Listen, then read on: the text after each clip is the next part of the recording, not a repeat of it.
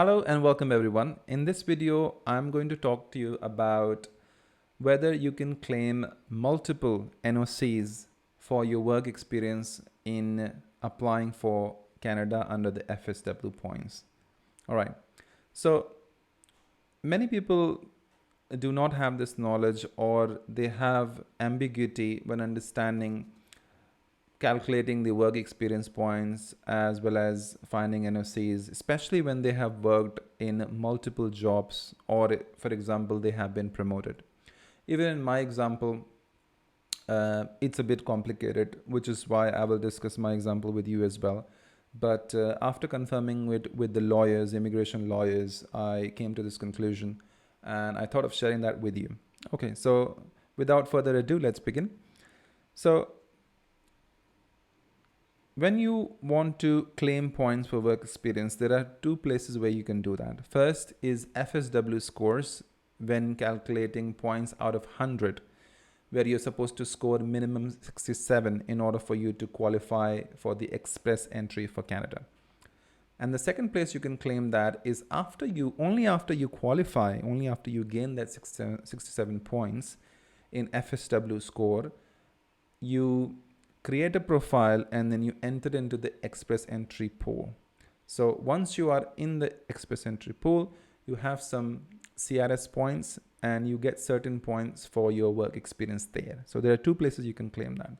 Now, it works slightly different when it comes to the points being awarded to you in each of these scenarios.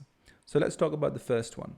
So the first one, for the 67 points or out of 100, the FSW score, you can gain up to 15 points there.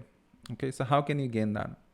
Well, first of all, you need to choose your primary NOC. So NOC is basically a NOC code, which is a code given to each type of work. Let's say you are a clerk or you are a teacher. So every job title would have a different NOC. And in order for you to find the NOC, you can go to this link and you can just search your NOC. So in my case, I'm a web developer, so I can put web developer. So you can see that my NOC code is 2175. Okay. Now, one thing important to consider, that your primary NOC needs to be skill level 0, A or B. So in my case, it's a A, which is great.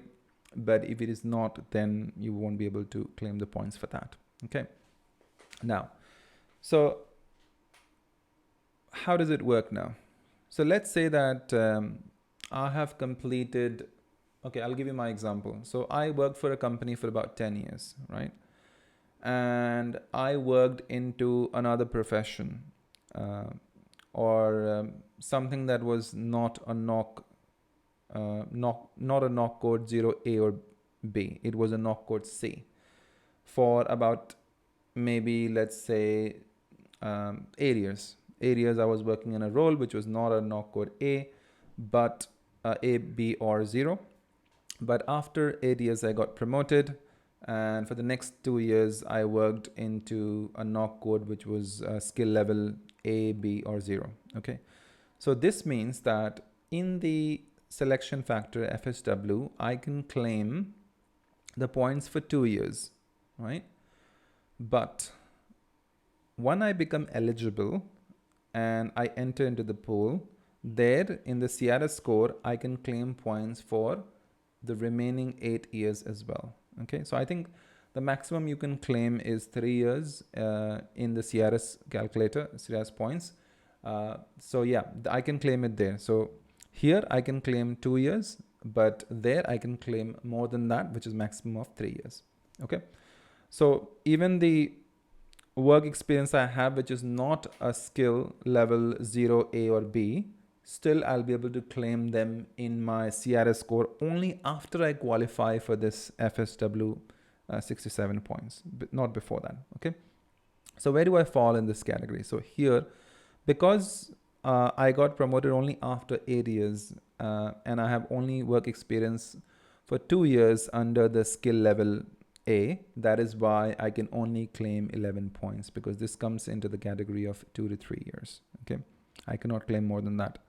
I cannot say because I worked for 10 years and I got promoted and I can claim 6 or more. Yeah, sorry, that won't happen at all. Okay. So this was my scenario. Now for people who have worked in multiple professions, let's say for 2 months they are working for this role, for 3 months they're working for that role, and it does not matter where you have switched company or not. Company switching does not matter. The main thing you have to look at is if you are claiming any particular job title as your primary NOC, the main NOC for which you are applying, then in that case you should have completed at least, that's for the part-time, yeah, at least 30 hours per week. So whatever that total comes to in a year, you should have completed at least 1 year in that profession. All right. So it doesn't calculate anything you've worked after 30 hours. So if you are able to qualify that, if you have worked for 1 year in that NOC code, and it has to be a continuous work experience, which means there should not be a switching, like there shouldn't be a gap in between that. So it has to be continuous 1 year of experience. So minimum 1 year is required. There can be more, but the minimum is definitely required. All right, so I hope that makes sense. And then if you have any questions, you can leave in the comment box and I'll try to answer that. Thank you very much. Bye-bye.